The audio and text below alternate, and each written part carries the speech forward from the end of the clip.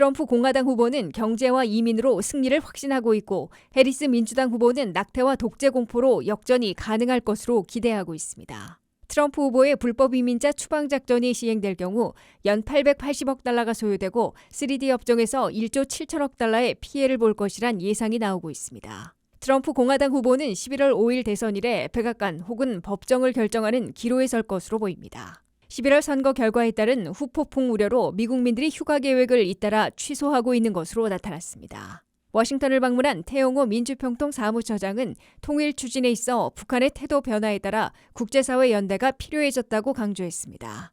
시청자 여러분 안녕하십니까? 워싱턴 뉴스 투데이입니다. 트럼프 공화당 후보는 유권자들이 겪고 있는 경제와 이민에 따른 고통으로 승리할 수 있다고 확신하고 있는 반면 해리스 민주당 후보는 낙태와 독재에 대한 유권자들의 공포로 역전이 가능할 것으로 기대하고 있습니다. 트럼프 후보는 경제에선 8%, 이민에선 12%포인트 앞서고 있고 해리스 후보는 낙태 15%, 민주주의 수호에선 8%포인트 우세에 접전을 벌이고 있는 것으로 해석됩니다. 한면태 기자의 보도입니다. 대선 일주일 전 최우승부에 돌입한 도널드 트럼프 공화당 후보와 카말라 해리스 민주당 후보는 서로 우위에 선 유권자 관심사와 지지층이 거의 반분돼 누구도 승리를 장담하지 못하는 접전을 벌이고 있는 것으로 보입니다. 도널드 트럼프 공화당 후보는 마지막 결승선까지 다수의 유권자들이 체감하고 있는 경제, 물가, 이민, 추방에 초점을 맞춘 클로징 아규먼트, 즉 최종 메시지를 강조하고 있습니다. I will end inflation. I will stop the invasion of criminals coming into our country. And I will bring back the American dream. On day one, I will launch the largest deportation program in American history. 트럼프 후보는 석유 등 에너지 생산을 확대해 에너지 가격을 1년 내지 1년 반 안에 반 가격으로 낮추는 등으로 인플레이션부터 잡을 것으로 공약하고 있습니다. 팁 소득과 사회보장연금, 오버타임 등의 세금을 없애고 미국산 업체에 대한 법인세를 15%로 인하하는 등 감세 카드로 경제 붐을 이뤄내겠다고 자신하고 있습니다. 실패한 이민 정책을 고치기 위해 국경 보호를 더욱 튼튼히 하는 동시에 미국 내 불법 이민자들에 대한 사상 최대 규모의 추방 작전을 취임 첫날 착수하겠다고 내걸고 있습니다. 각 방송들의 여론조사 결과 트럼프 후보는 경제에서는 8포인트, 이민에서는 12포인트나 앞서 있기 때문에 유권자들의 두 가지 이슈만으로도 승리할 수 있을 것으로 자신하고 있습니다. 이에 맞서 카말라 해리스 민주당 후보는 유권자들이 공포로 느끼는 낙태 문제와 독재자 이미지를 내걸고 최후의 역전극을 노리고 있는 것으로 보입니다. Nationwide, as President of the United States, I will proudly sign it into law. We learned that Donald Trump's former chief of staff, John Kelly, a retired four-star general, confirmed that while Donald Trump was president, he said he wanted generals like Adolf Hitler had. 해리스 후보는 대통령에 당선되면 여성들이 자신들의 몸을 스스로 컨트롤할 수 있게 연방 차원에서 낙태권 보호법을 제정해 시행할 것이라고 공약하며 절반 이상을 차지하고 있는 여성 표심에 호소하고 있습니다. 해리스 후보는 트럼프 후보는 당선되면 히틀러와 같은 파시스트 독재자의 모습으로 내부의 적들에 보복하기 위한 명단을 작성하고 있을 것이라고 경고하고 있습니다. 해리스 후보는 여성 낙태권 보호에서는 15포인트, 민주주의 수호에서는 8포인트 차이의 우위를 유지하고 있고 조기 투표에서도 55% 이상을 차지하고 있는 여성 표심의 지지로 극적인 역전승도 가능할 것으로 기대하고 있습니다. 해리스 후보는 또 남성 유권자 지지율에서는 40대 56%로 크게 밀리고 있으나 여성 유권자 지지율에서는 53대 41%로 크게 앞서고 있습니다. 해리스 후보는 4년 전 트럼프 후보가 의사당 점거 사태를 부추겼다는 의심을 받고 있는 연설을 한 같은 장소인 워싱턴 DC 백악관 남쪽 정원 엘립스에서 2만 군중 앞에서 클로징 아규먼트 최종 메시지를 미국민들에게 보내게 됩니다. WKTV 뉴스 한면택입니다. 트럼프 후보가 공약한 불법 이민자 추방 작전을 시행할 경우 1년에 100만 명을 추방하는데 880억 달러가 소요되고 3D 업종에서 1조 7천억 달러의 경제 피해를 입을 것으로 나타났습니다. 불법 이민자 1,100만 명을 추적 체포하려면 지역경찰, 주방위군까지 동원해야 하고 이들이 체포되기 전에 대거 잠적하게 되면 농장과 건설 현장, 호텔, 식당 업종 등에 큰 피해를 줄 것이라는 지적이 나오고 있습니다. 류령아 기자가 보도합니다. 경제와 이민으로 승부를 걸고 있는 도널드 트럼프 공화당 후보는 선거 막판까지 다시 당선되면 취임 첫날 미 역사상 최대 규모의 불법 이민자 추방 작전에 착수할 것으로 강조하고 있습니다. 트럼프 후보는 본인의 추정으로 2천만 명이나 되는 미국 내 불법 이민자들을 추적해 체포하고 신속 추방하기 위해 지역 경찰과 주방위군, 군부대까지 동원할 것으로 밝히고 있습니다.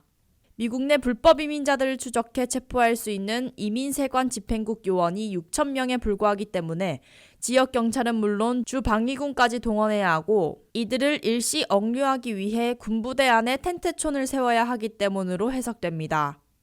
하지만 친이민 법률단체인 아메리칸 이미그레이션 카운슬은 트럼프의 초대형 추방 작전이 실행되면 엄청난 역풍을 불러올 것으로 경고했습니다.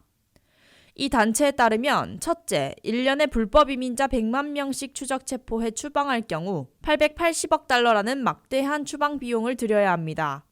이민세관 집행국 한 개 팀이 형사범죄 불법 이민자 6명을 체포하는데 6시간 걸린 것으로 미루어 신속하게 추방 작전이 전개되지는 못할 것으로 보입니다. 미국 정부가 추산하고 있는 미국 내 불법 이민자 1,100만 명을 모두 추방하는데 10년은 걸리고 비용은 9천억 달러나 쏟아붓게 된다는 추산입니다. 지역 경찰과 주방위군을 동원하는 비용이나 이들을 일시 억류할 군 부대의 텐트촌 등을 구축해야 하고 추방 항공기 한 대를 임대하는 데 25만 달러를 쓰게 될 것으로 나타났습니다.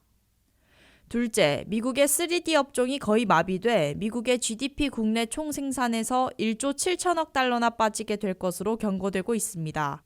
미국에서 농장과 건설 현장, 육가공 공장, 호텔과 식당, 청소업종을 비롯한 3D 업종에선 서류 미비 노동력에 의존하고 있는데 이들은 대대적인 불법 이민 단속이 시작된다는 소리만 들어도 대규모로 잠적하는 경향을 보여와 사실상 마비 상태에 빠질 것으로 보입니다. 이들 3D 업종이 거의 마비되면 미국의 국내 총생산에서 1년에 1조 7천억 달러나 줄어들게 된다는 뜻입니다. 농장에서 제때의 농산물을 수확하지 못하고 육가공 공장이 풀가동하지 못하게 되면 업주들은 막대한 손실을 입고 소비자들은 품귀 현상과 물가 상승에 직면하게 될 것으로 경고되고 있습니다. WKTV 뉴스 류령아입니다. 트럼프 공화당 대통령 후보는 11월 5일 대선 이래 백악관 혹은 법정을 결정하는 기로에 설 것으로 보입니다. 당선되면 4년 만에 다시 백악관으로 복귀하면서 형사기소를 사실상 털어버릴 수 있게 되는 반면 낙선되면 법정으로 다시 불려가 징역형 또는 집행유예를 받을 것으로 예상되고 있습니다. 미국은 11월 5일 대선 결과에 따라 한 번도 본 적이 없는 기로에서는 트럼프 공화당 후보의 운명까지 판가름하게 돼 긴장감이 감돌고 있습니다. 트럼프 공화당 후보는 11월 5일 선거일에 백악관이냐 아니면 법정이냐 앞길도 갈리게 됩니다. 첫째 47대에서 한 대를 건너 47대 미국 대통령으로 다시 당선되면 대통령 당선인 신분으로 지내다가 2025년 1월 20일 취임식을 갖고 4년 만에 백악관에 복귀하게 됩니다. 트럼프 후보가 현직 대통령이 되면 자신을 향해 제기되어 있는 4건의 형사기소들에서 거의 탈출하게 됩니다. 트럼프 후보는 내가 당선되면 잭 스미스 특별검사를 취임한 지 2초 안에 해고할 것이라고 공언해왔습니다. 물론 새 행정부의 법무장관을 지명하고 상원 인준을 받아야 그를 통해 특별검사를 해고할 수 있지만 스미스 특별검사가 기소한 2020 대선 불복, 기밀 문건 무단 소지 등의 형사범죄 혐의를 사실상 털어낼 수 있게 됩니다. 자신의 새 법무부에서 기소를 취하하면 되기 때문입니다. 연방 차원이 아닌 뉴욕주와 조지아주의 형사기소는 다소 복잡하게 진행될 것이지만 사실상 중단돼 퇴임하는 2029년 이후로 연기되거나 적어도 수감되는 일은 없을 것으로 확실시되고 있습니다. 입막음 대가를 지불하기 위해 회계장부를 조작했다는 뉴욕주의 형사기소로 34가지 중범죄 혐의로 유죄 판결을 받아놓고 있는데 11월 26일 선고가 나오더라도 대통령 당선인에게는 2, 3년의 실형보다는 집행유예가 선고될 가능성이 높은 것으로 보입니다. 조지아주의 2020 대선 개입 혐의는 지역검사의 스캔들로 이미 지연되고 있는데 대통령 당선인을 애틀란타 법정으로 부르기는 극히 어려울 것으로 예상되고 있습니다. 둘째, 반면에 낙선되면 그동안 지연되어 온 형사범죄 혐의에 대한 법적 절차에 가속도가 붙게 될 것으로 보입니다. 11월 26일 뉴욕주 판사가 선고를 내리더라도 트럼프 측이 즉각 항소할 게 분명해 수년간의 법적 싸움이 이어지게 됩니다. 다만 낙선하더라도 실형으로 수감되는 치욕까지 당하지는 않을 것으로 예상되고 있습니다.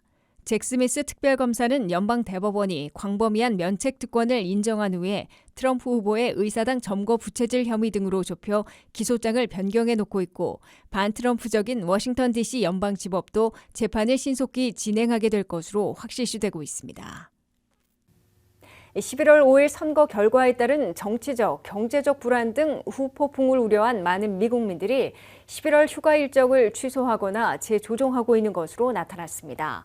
선거 결과에 반대하는 이들의 폭동이 예상되는 여행지에서 갑작스러운 사태가 발생할 수 있다는 우려가 커지고 있습니다. 류령아 기자입니다. 선거 불안으로 미국인들의 여행 계획이 흔들리고 있습니다. 미국민들은 대선 이후 있을 11월의 휴가에서 잠재적인 정치적 불안과 경제적 여파 등 후폭풍에 대한 우려로 11월 휴가를 앞두고 휴가 일정, 출장 일정 등을 재조정하고 있습니다. 델타 항공 CEO 에드 바스티아는 정치적 불안으로 인해 소비자들이 선거 전과 후에 약간의 휴식을 취할 것으로 예상한다고 말했습니다. 특히 지역 주민들이 선거 결과에 만족하지 않아 갑작스러운 폭동이나 약탈 등에 직면하는 것을 피하기 위해 이번 11월 휴가에는 집에 머무는 사람들이 많을 것이라고 예상했습니다. 여행 사이트인 베케이셔널은 최근 여론조사에 따르면 미국 성인의 64%는 누가 당선되는가에 대한 불안과 우려로 미국 여행을 피할 것이라고 답했습니다. 약 4분의 1은 카말라 해리스 부통령이 선출될 경우에만 집에 머물겠다고 답했고 16%만이 도널드 트럼프 전 대통령이 이길 경우에만 여행을 보류하겠다고 응답했습니다. 24%는 결과에 관계없이 머물겠다고 답했고 약 36%는 결과가 계획에 영향을 미치지 않을 것이라고 여론조사는 밝혔습니다. 온라인 비즈니스 여행 관리 회사 나반의 대변인인 켈리 소더론드는 고객과 대화할 때, 여행할 때 안전을 유지하는 관리 의무가 우려사항 중 가장 높은 순위에 올랐다고 설명했습니다. 매번 11월 휴가에 여행을 갔던 포틀랜드에 거주하는 한 가족은 올해는 다르다며 가족끼리 놀러 가는 것을 취소했다고 밝혔습니다. 정치적 양극화로 인한 불안함뿐만 아니라 선거 이후 경제의 불확실성도 영향을 미쳤다고 전했습니다. 한편 교통안전청 대변인은 이러한 고조된 글로벌 위협 환경을 항상 경계하고 있다며 연방항공보안관은 모든 우발 사태에 대비하고 있으며 눈에 보이는 것과 보이지 않는 여러 계층의 보안을 시행하고 있다고 설명했습니다. WKTV 뉴스 류령아입니다. 워싱턴을 방문한 태용호 민주평화통일자문회의 사무처장이 기자 간담회를 열었습니다. 민주평통은 29일부터 3일간 워싱턴에서 진행되는 글로벌 전략특별위원회 컨퍼런스를 갖고 새로운 통일 자문 전략을 마련할 예정입니다. 김미연 기자의 보도입니다. 태영호 사무처장이 28일 월요일 버지니아를 방문해 민주평통 간부위원들과 함께 간담회를 가졌습니다.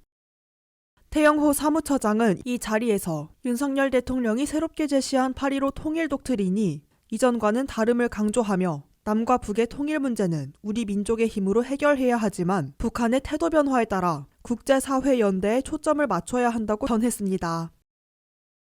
남과 북의 통일 문제는 우리 민족의 힘으로 이루어내야 한다. 하나로 간다는 통일의 이제 지향점이 있었는데 앞으로 남과 북이 통일과 관련한 대화를 할 수가 없게 됐어요. 그러니까 통일 문제를 논의할 당국자로서의 주체가 없어요.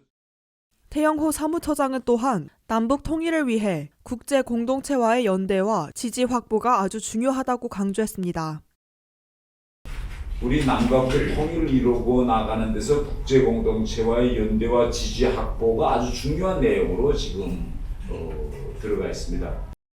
오병문 글로벌 특위위원장은 각국의 전문가들이 통일 준비에 필요한 실천 과제를 도출하는 것이 컨퍼런스의 목적이라고 말하며 통일 비전의 중요성을 강조했습니다.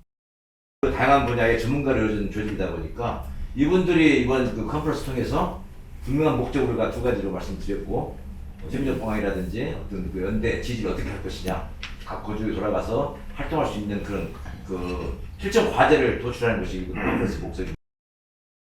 버지니아에 위치한 더 웨스틴 호텔에서 29일부터 오는 31일까지 3일간 열리는 글로벌 전략 컨퍼런스는 세계 31개국의 글로벌 특위위원들과 함께 한반도 평화와 통일 문제에 대해 논의하고 국제사회의 역할과 전략에 대해 토의하게 됩니다. WKTV 뉴스 김미현입니다. 이상으로 워싱턴 뉴스투데이를 마치겠습니다. 시청해주신 여러분 고맙습니다.